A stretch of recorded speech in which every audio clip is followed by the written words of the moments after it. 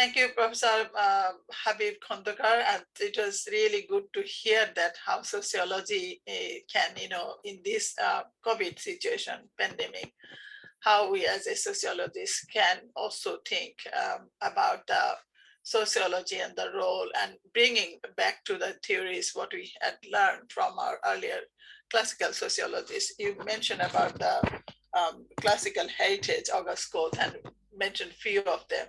So I would like to say that it is really good to see that our panel has started talking about the engagement, mapping the engagement, talked about the vaccination and the human rights, and talk about the inequalities that in the socially disadvantaged group and how COVID has impacted. Now you brought the theoretical perspective of sociology in this context. And this is so good to see that we are talking about evidence and theories and how we analyze this pandemic.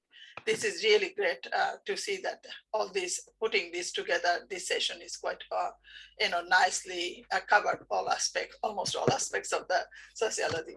Now I would like to say that let's, Miyoko, and shall we do together the question and answer session?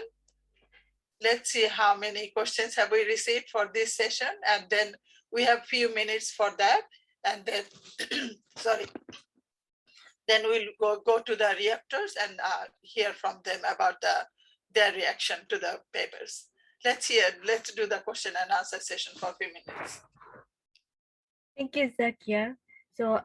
So we have several questions in the chat box. So Okay. could I ask the Professor Sang next show for your question? I believe we can take the question from the audience. Yeah.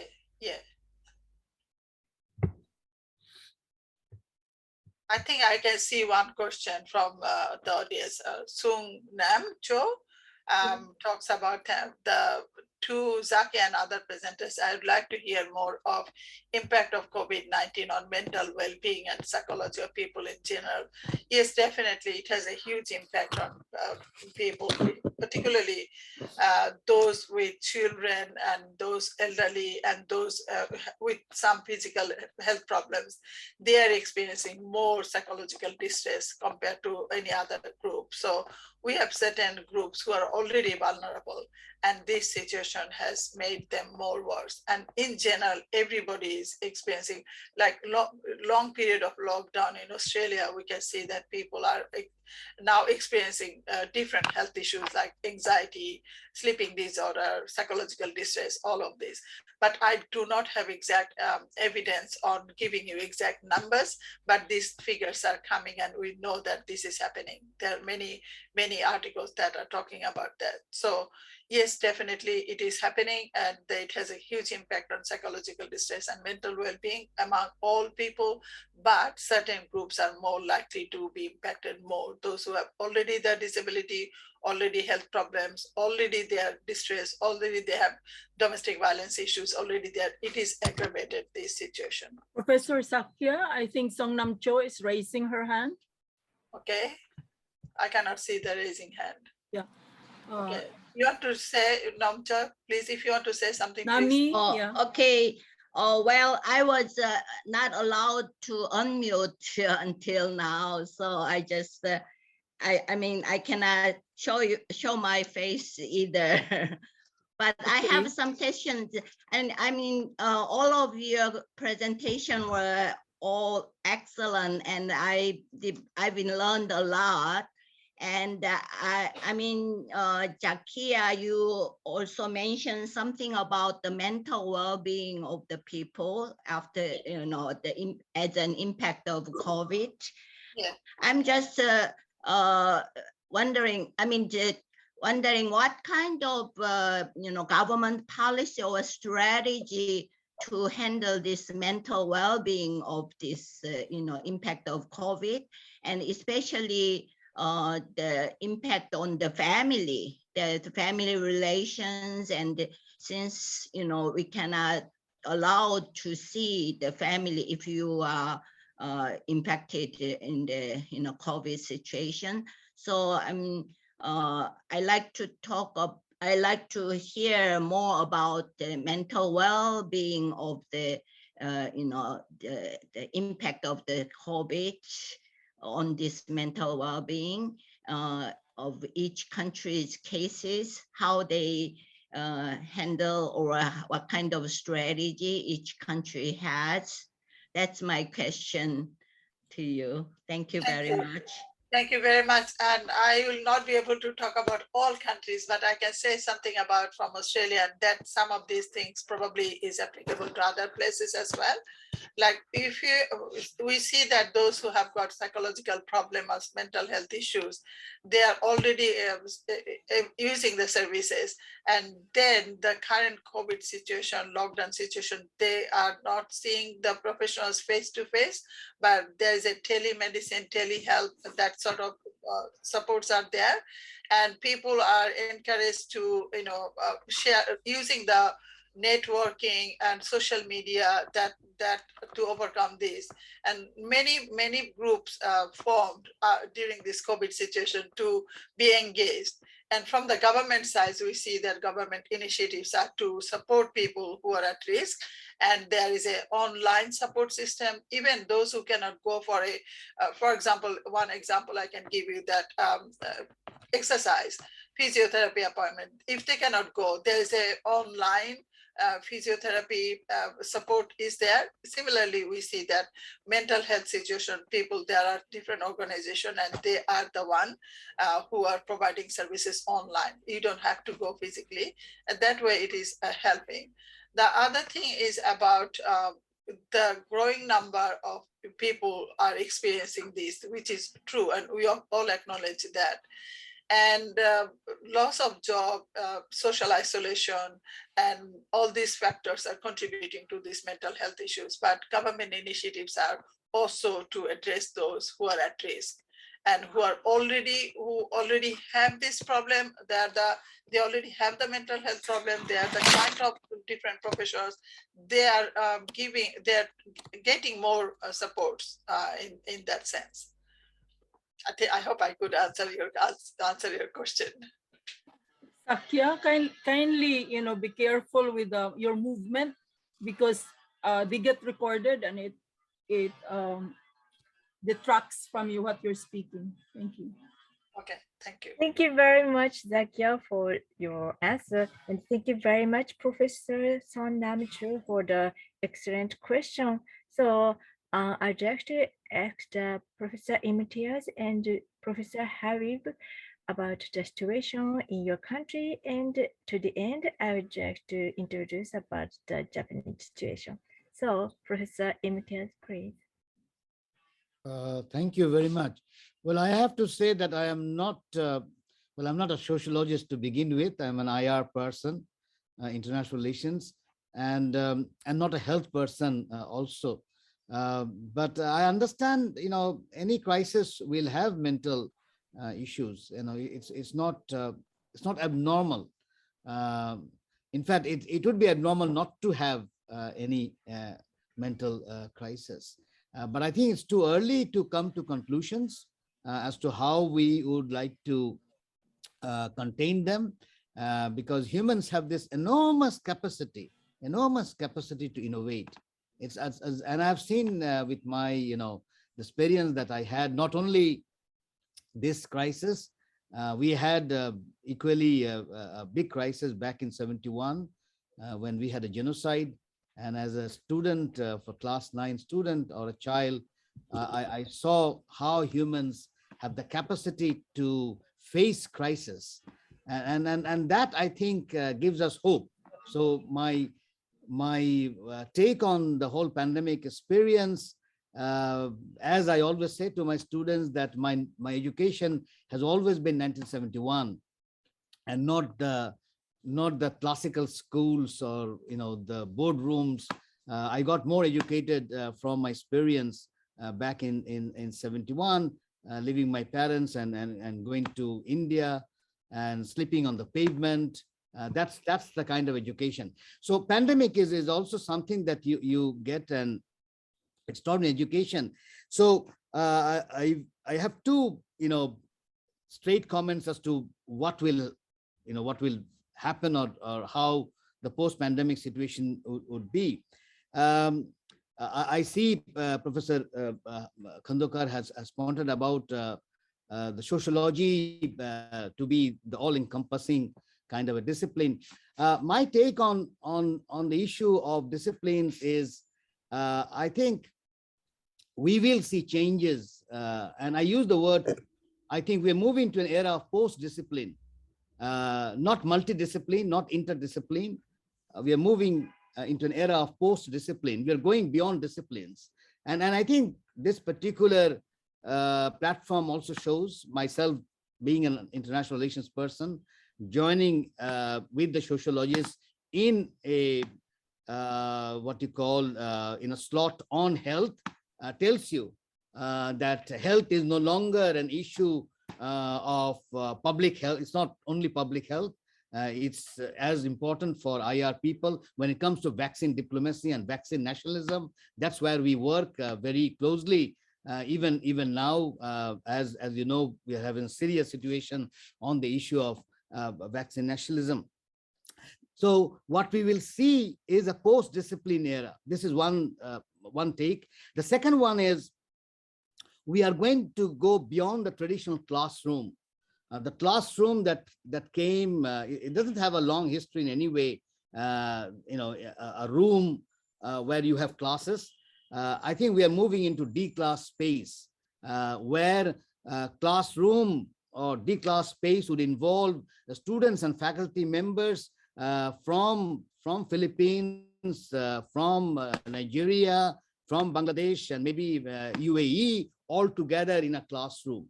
That will be the future, where Miyako would be lecturing a group of students not in Japan but beyond Japan, and vice versa.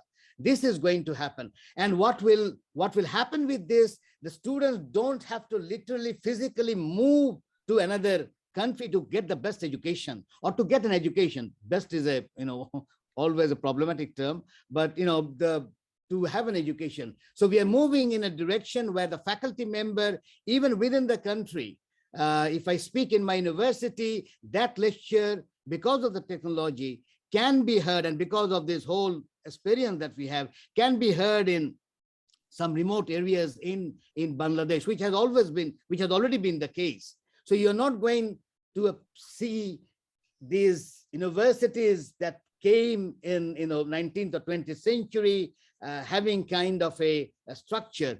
That I think is going to go in a different direction. And I think it would be much more exciting, because you will have extraordinary people joining in from different parts of the world in the same kind of a time frame. So that I think is something that we need to see, and how that will produce knowledge is also something that I think we have to wait for. But I think we are into extraordinary times, and very, I'm very hopeful, and not at all, depressed as some would say with the pandemic. I think the way we have overcome it could have been contained, but I'm not going to do into that direction. It could have been contained, but because of the right-wing regimes in major countries, I think could not do it, could not do it differently. But I'll stop here and wait if there are any other queries. Thank you. Thank you very much for sharing your thought beyond COVID-19 as well. And so could you please talk about the mental health issues in the Arab countries that Professor Habibah? On mental health, I was just reading that this was also a big issue in 1918-20 influenza pandemic. Mm-hmm. And in the state of New York, especially the city of New York, one doctor insisted on opening the schools using this mental well-being issue, that if we allow students to come back, they can be educated on pandemic, and this would also take care of their mental well-being. Because if they're isolated from each other, confined to their homes, this has mental illness consequence. And it's very interesting that after 100 years, we are also debating the same issue, especially when decisions were being made about opening schools. And I'm in touch with some students from Bangladesh, and they're really happy that the university is now, going in-person class gradually. So the mental well-being issue is very important. It has been neglected so far, and we need to address that. And I'm glad to see that some policymakers have taken that into account in reopening universities, academic institutions. In our part of the world and where I live, it has not been a big issue because we started in-person class, blended learning, some classes in person, some classes online. But I just wanted to make one brief point about vaccine politics, and also what is quite redeeming, because at one level, I just saw that Africa, the continent of Africa, has 17.5% of the world population, and it has received so far only 2.5% of the vaccines distributed worldwide. So we can see that regional and continental disparity. And at the same time, I just read that BioNTech, which actually invented the vaccine, BioNTech, organized by two Turkish immigrant children, families. Now they have just pledged that next year they will have one production facility in Rwanda and one in Senegal. So these are the positive developments that make me helpful. I'm also not a pessimist. Thank you very much. Thank you very much. So Professor finally, Miwako, yes. Professor Miwako and Professor Sakya, I think there are raised hands. Yeah, I can see that. Yes, I Yeah. see. So, but I just to respond the first two and the second, the questions from the chat box first. Maybe I believe we have another 1 hour, right? Yes. Yeah. Yes. So I will just, answer the question from the chat box first, and then I will take a question from the participant who From are Jessica and from Mark. okay. There are two people who raised their hand. Yeah, I can see, but I would like to answer the question from the person who wrote the questions in the chat box first. Okay. Is it okay? Yeah. Okay. So now, I answer the question from the professor from San Nam Cho about the mental health issues and the COVID-19 situation. So especially in Japan. So as the Professor Nami told, there's a severe impact from the COVID-19 to the mental health issues, especially the young women. The suicide rate of young women increased because of the COVID-19, and there's many reasons to be considered. So the one is the unstable position of the women in the labor market. So many of them are working in the part-time job, and under the COVID-19 situation, they lost the job and they don't have a hope for the future, and they committed suicide under that situation. So, and also the Professor Imtiaz mentioned the student from the elementary school to the university, they also had mental health issues. There are the several surveys about all the student to ask the the mental health issues and anxiety. Almost the 60%, over 60% of the respondents told they have somehow the mental health issues, including anxiety. So to to respond to the situation, the government, like a Minister of Education, continuously tried to open the school when it was closed. But there, another issue happened. So there, the student, not only student, but also the teachers and the professor also afraid of opening the school. So there are no clear-cut answer how to respond to this kind of situation, but we need to, discuss and exchange their opinion and their thought. It is really important under this situation. And so this is the very short answer to the person Nami. And then I saw the question from the chat box about the Tokyo Paralympic 2020 and the vaccine hesitancy. So as I made during my presentation, vaccine hesitancy and vaccine myth is spreaded all over world, not especially in Japan. And so even in the Olympic, the occasion, not many, but some part of Japanese had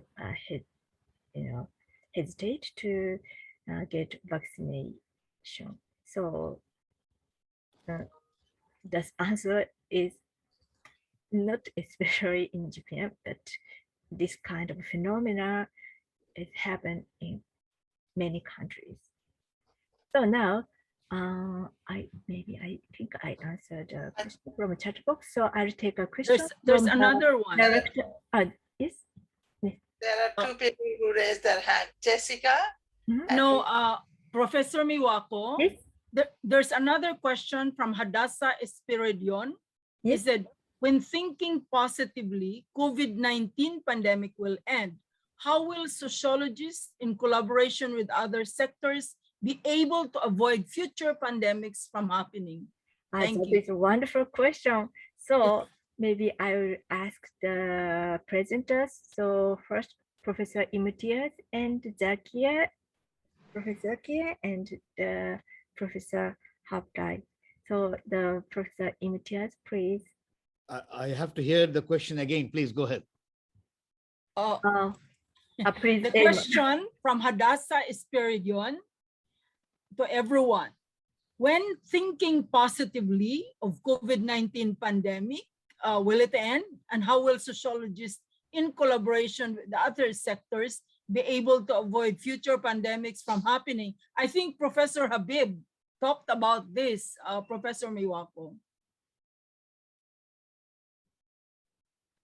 Yeah. Okay. Okay. I got the question now. I don't think it will end. As I think Professor Khondekar also made that point clear. The virus will remain in one way or other. It's only that how you tame the virus. And that's where the vaccination would come. There will be from time to time. The virus will remain and will mutate. They co-live with human beings. We just have to understand that, it's not magic science. It's quite simple, and it can become pandemic if we fail to contain it very quickly. There were, several virus mutations which ended up being epidemic and not pandemic because there was quick attention to it. This one also we could have contained, and this is the point that I didn't really want to, didn't flag at that particular time. We could have contained, but look at the global scenario, and this is where international relations and politics and global politics come.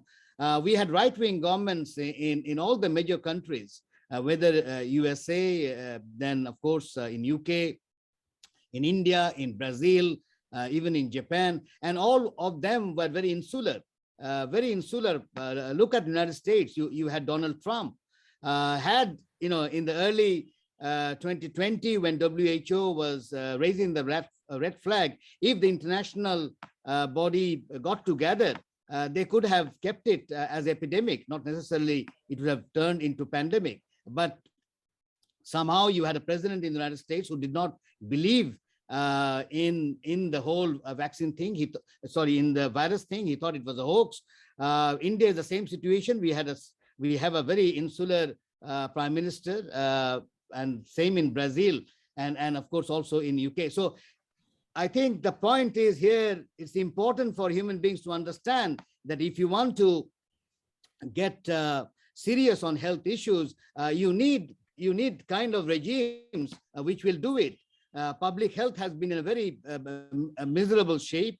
There are countries which have, faced better because of better public health system. It has led to do with the technology as such. You could have the finest hospitals in the world, but if your regime doesn't believe in the virus, then the finest hospitals would not solve the case, and that is precisely what has happened in bulk of the developed countries. So here we have a situation of bringing in politics at the center of our discourse, and that's why I'm saying the post-pandemic would be exciting, because if we learn anything from this pandemic is that disciplines do not have boundaries. We need to go beyond disciplines, and this is something that we need to work, and how we have to reinvent the curriculum, rewrite the curriculum, who would be, what are the literature that would be brought in. These are the things I think we now have to get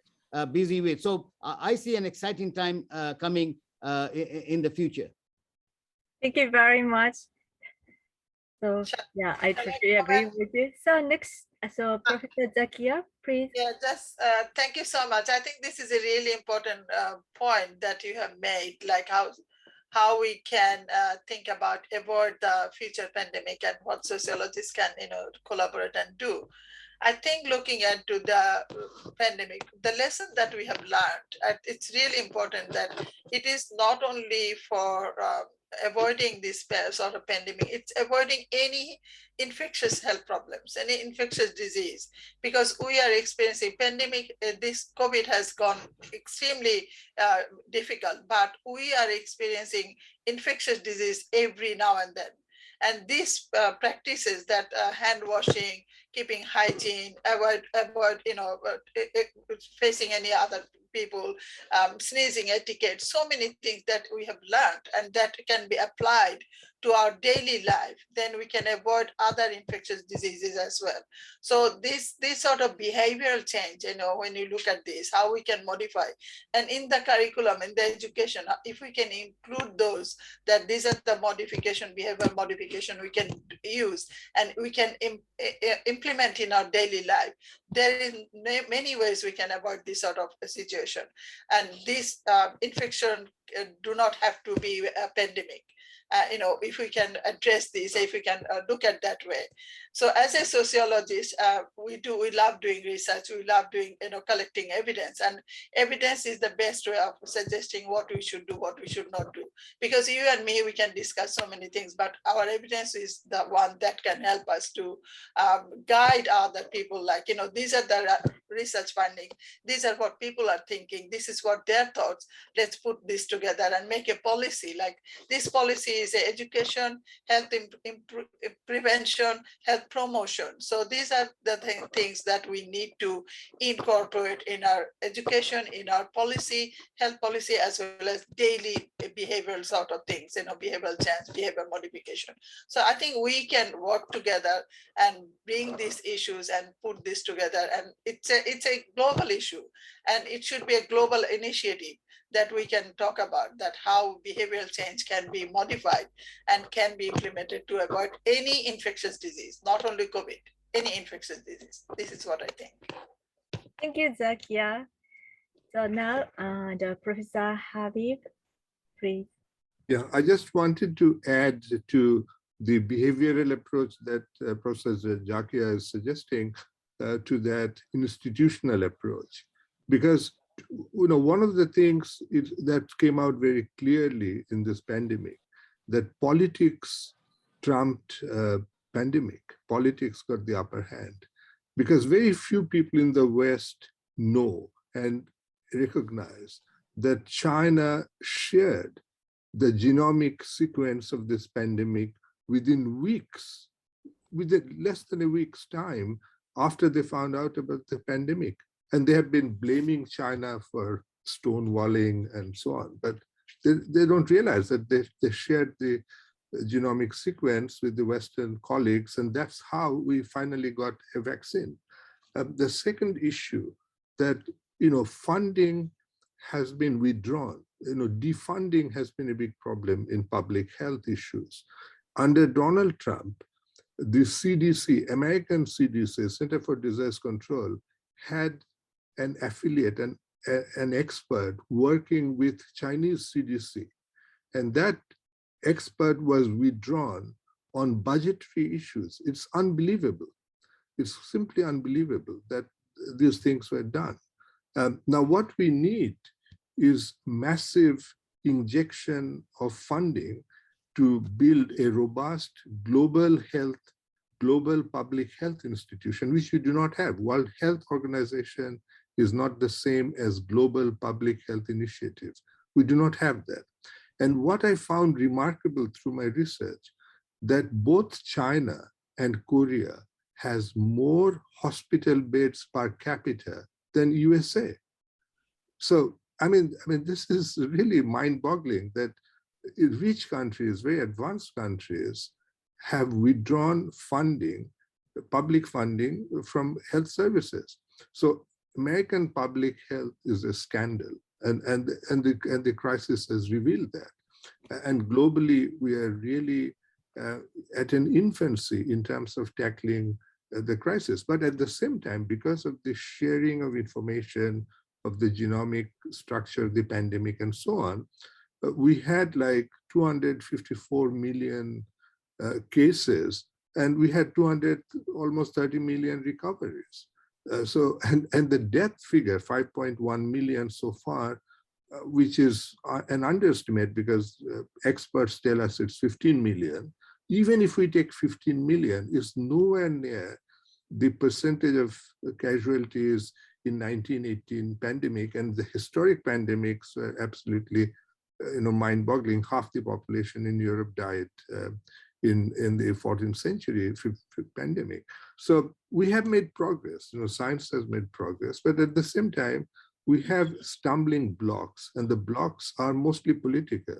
So, the vaccine mandate issue in America, the vaxxers, the anti-vaccine sentiment in various parts of the world, vaccine inequity, these are all political issues. I mean, I have looked at the case of Taiwan, it's a victim of politics.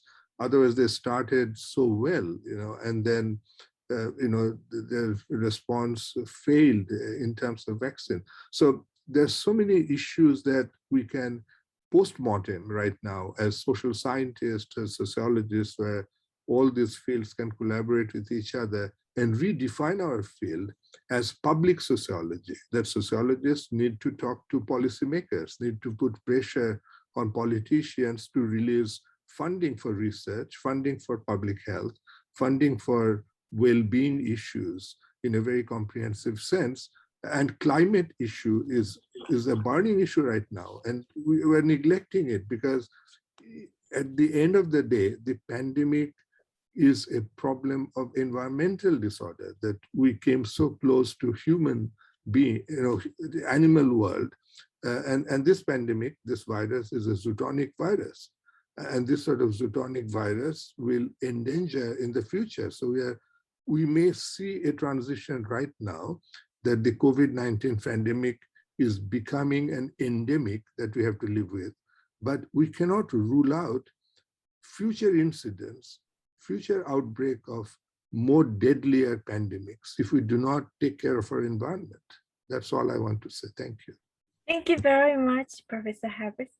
So in conclusion, maybe the holistic and the multidisciplinary approach is very important, and our sociologists can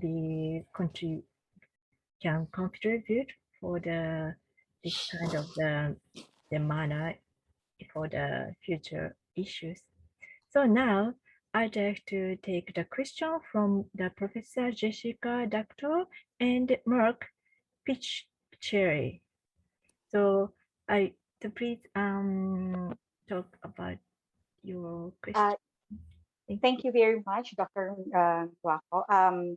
I actually have two pressing questions, and it can be responded to by our panelists. One has to do with the question on the statement of Dr. Habib on the global justice that we need in this period of the pandemic. And if we've talked a lot about vaccination, but we have not explored, that there were also other alternative approaches to the vaccines that have been largely marginalized. And in fact, in many countries, there's a lot of vaccine resistance, not just because of mixed information, but there are really those who believe that there are natural processes, that can be utilized, to address this vaccine. So how do we address this from a sociological point of view?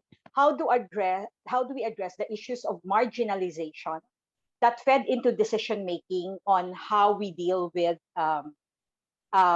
this vaccine? How do we deal with this pandemic? I'm sorry, I wasn't able to turn on my video. But the second question that I have is related to my first question. But what are the approaches for social engineering?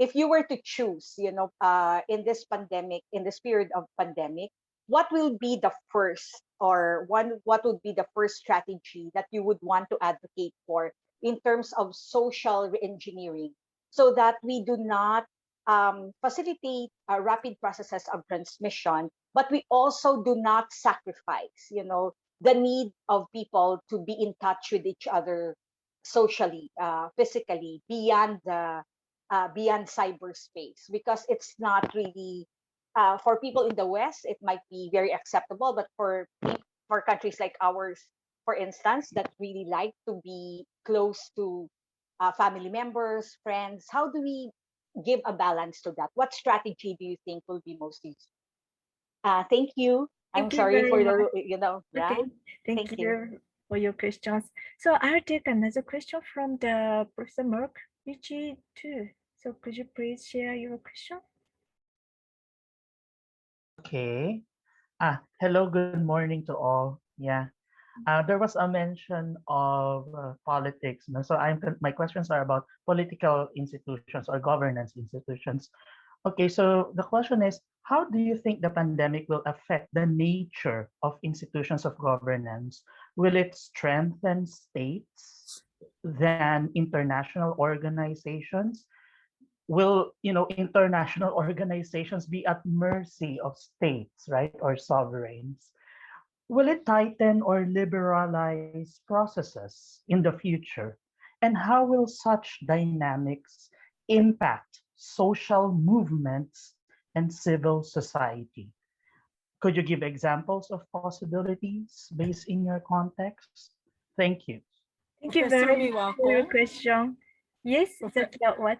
I think before the next round of answers, I think there is one question in the chat box Yes. that you might, may I tell you the question of Lamberto Pilatan?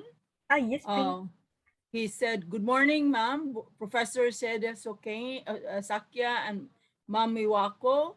How could we promote diversity and inclusion in our educational system at present in this time of COVID-19 pandemic?" Thank you. That's all. Thank you very much. Diversity indication. Okay, so we have the four questions on the vaccine and social engineering and political and social movements aspect and the diversity in education. So who want to answer the questions? So please, Professor Habib, thank you.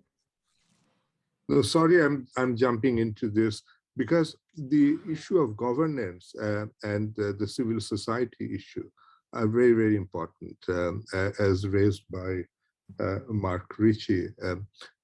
If you think about the traditional governance, which is very much based on nation state, and the pandemic has taught us, as you, Hosada, told us that, that if there's pandemic in one place, we are not safe in any other place. So it has to be dealt with collectively.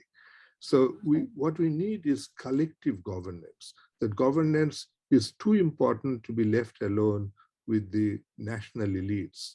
So it has to be global, and global cooperation, global governance, automatically leads to what we call global civil society. So there has to be more engagement. And now we have the technology, now we have the means.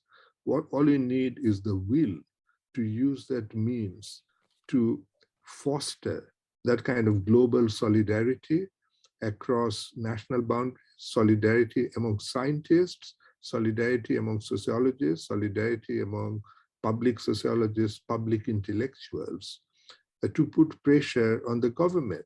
And one of the economists that I quoted, Mariana Mazzucato, she has written on smart state. She said, we need state. At the end of the day, state is very important, but not the traditional state, a smart entrepreneurial state. And she has shown, she has documented with evidence that most of the so-called private initiatives, private entrepreneurship in America in terms of vaccine research are funded by public money.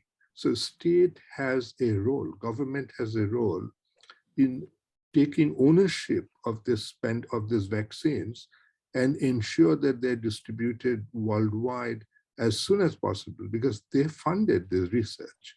And this is something that we don't discuss publicly. So in many countries, government is funding research and private companies are benefiting. So in this model of neoliberal capitalism has to be challenged. And there the sociologists and public intellectuals can join hands and put pressure on their respective governments to take charge and foster global cooperation and global solidarity to fight climate crisis and future pandemics that are waiting on the corner. Thank you. Thank you very much. So we have another question about the marginalization in vaccine injection and the social engineering and education. So somebody, yeah. Shall I comment on Yes, sure, please. It is about the diversity and inclusion in education. I think there is this is a question that came from, let's see, who is the one? Damitan. Yeah. And talking about this, if we look at the diversity and inclusion we talk about in the education sector, it's important to, as we mentioned, like because of the COVID, the diversity is expanding and social exclusion is happening more. So the way we can include inclusion and understand the diversity, it's very important that we make more communication, consistent communication, and also acknowledge and respect the diverse group and those who are from a culturally sensitive group. And looking at cultural sensitivity and understanding that, and then we can include in our education that we incorporate those sensitivity and we incorporate those. For example, like we also can look at the lesson plan, how we can incorporate these cultural sensitive issues, how we can address them. So the way we can do that is basically looking at the lesson plan, acknowledge the diverse group, acknowledge the sensitive issues, that COVID could be seen differently by different ethnic groups. And the way we are talking about social isolation, family is very important, as some of you already mentioned. In Asian countries, it is difficult to, having isolation. and what we can do, how we can approach that. And we also know that the resources that school in the education system, not everybody has got the access. And those students who do not have the access, how we can include them in our system, how we can have the inclusive education. So we need to come up with a strategy that can give opportunity to these students so that they can be involved in the education. They are not missing out because they do not have the resources. So the system must be acknowledging those limitations and then try to incorporate system where these students with limited resources, how we can help them and how we can include them in the system. So we are talking here continuous communication, talking here inclusion of all these sensitive issues in the curriculum, giving opportunities those who are socially disadvantaged, less opportunity to access to the resources they need. We have seen that everybody need computer, everybody need internet networking to continue with the online education and teaching. But how much that can be possible in many developing countries where these resources are limited? What would be the options? Whether shall we go with the shorter semester? You know, there is a way different ways we are talking here, these challenges that education system is facing. So we need to look at whether the losses that has been there for the last 2 years, we couldn't have the face-to-face teaching, we had alternative, and how many people who are socially disadvantaged had access to those alternatives. So there are ways, and as a sociologist, I think we have a significant role to play to bring this social inclusion in the education system and talk about the diversity. I think this is what I was thinking. Thank you very much. Yes, please. Okay. I don't think the solutions are easy. I don't think we are going for easy solutions. I think problems would be enormous as we, end up what you call. I'm hopeful, but let me flag the problems. Modernity somehow has got into our head. And when we say modernity, it has come to be now at least very insular. There's a politics of insularity or politics of singularity, let's put it that way. And we reproduced it, in fact, almost unwittingly. I'll give you an example, and all the countries would have one national bird, one national animal, one national flower. That itself is problematic. Means, why did we get into, engage ourselves in this modernity where you almost worship centrality, and that has created a serious problem in human beings. So you need to come out of it. Not that scholars have not really, scholars have reflected on it, whether it's Derrida or Foucault, and I would say Tagore long back pointed this out, even Gandhi, but nobody really thought about it in that way. So that's one part of it. We have to get this singularity mindset out of our head, and changing mindset is not easy. Believe it or not, it takes generations to change mindset. That's one part of it. The second part is look at the issue of democracy. It has ended up becoming electoral democracy. Now, electoral democracy, an election only has become what democracy is all about. But with electoral democracy, you can have Donald Trump. With electoral democracy, you can have Narendra Modi. Don't forget, even Hitler was elected, so was Mussolini. And so we need to reinvent democracy. So that's not an easy task. How do you reinvent an exercise which people got almost used to it and looks very liberal and looks very progressive? If you talk against election, immediately they will say, oh, okay, but what kind of system are you talking about? Are you, all for authoritarianism or etc.? So the point here is we need to reinvent a lot of concepts, a lot of things that we have taken for granted for years. And here education has to play a big role. So I don't think we have an easy way out. What I'm saying, the exciting part is it will, at least we know a little bit of the problems. So in resolving this, I think we need to go beyond disciplines. One, we need to go beyond nation state. That would be the other thing. So at the end of the day, I think it would be empowering each and every person. Now, to empower each and every person is not an easy task. So we have a big task ahead. But as I said, if it's a big task, it's much more exciting than going for a small task. Thank you Thank you. very much. I truly agree with the idea to collaborate with the, multidisciplinary people and globally and internationally.